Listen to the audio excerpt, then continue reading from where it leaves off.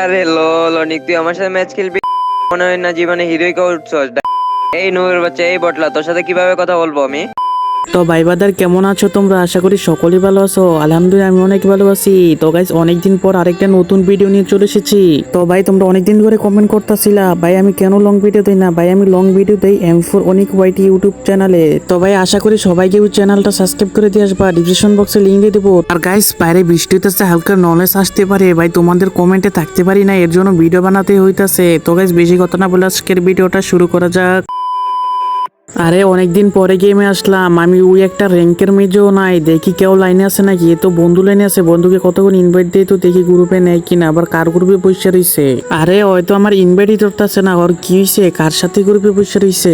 অনেকক্ষণ ধরে ইনভাইট দিতেছি তারপরে গ্রুপে নিতেছে না। তো গাইস স্কিপ করে দেই, দেখি কতক্ষণ পরে আমাদেরকে গ্রুপে নেয় হয়। আরে ওই অনিক, এত ইনভাইট দিতেছিস কেন? দেখতেছিস না আমি ইনভাইট কাইটে দিতেছি, তারপরে এত ইনভাইট দিচ্ছিস কেন? আরে বন্ধু তুই এত রেগে যাইতেছিস কে? অনেকদিন পরে গেমে আসলাম। হ্যাঁ, তুই অনেকদিন পর গেমে আসছস, তো কি হইছে? না রে বন্ধু তেমন কিছু না, অনেকদিন পরে গেম আসলাম তো তাই তোকে ইনভাইট দিছি, ভাবছিলাম তোর সাথে একটা ম্যাচ খেলবো। তুই আমার সাথে ম্যাচ খেলবি?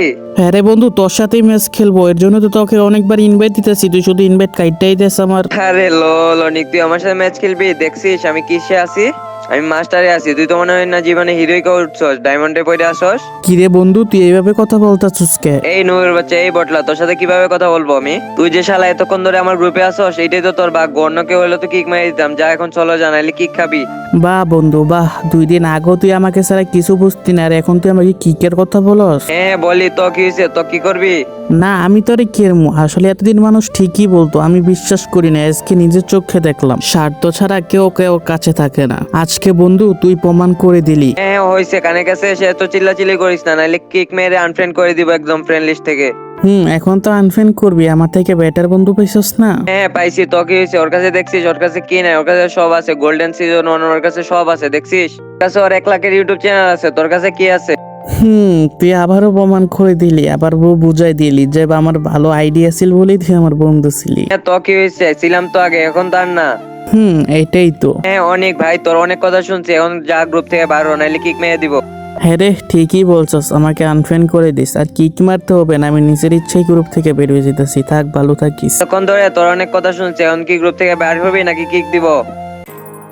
তো গাইস তোমরা তো দেখতেই পারলা আজকে কিরকম করলো, আর রেকর্ডার চালু না থাকলে ভাই তোমরা দেখতেই পারতা না আর বুঝতেই পারতা না। তো গাইস এর আগে আমাকে অনেকেই বলছে, তারপর আমি বিশ্বাস করি না মানুষের কথা, আজকে ওই নিজেই বিশ্বাস করাই দিল আমাকে। আর মানুষে বলতো না ভালো মানুষের মুখোশের ভিতরে খারাপ মানুষ একটু হলেও থাকে, আজকে আসলে বাস্তবেই দেখতে পারলাম। তো গাইস আজকের ভিডিওটা বড় করতে পারতাছি না, এইখানেই শেষ করে দিব। তো গাইস সবাই ভালো থেকো, সুস্থ থেকো, আল্লাহ হাফেজ।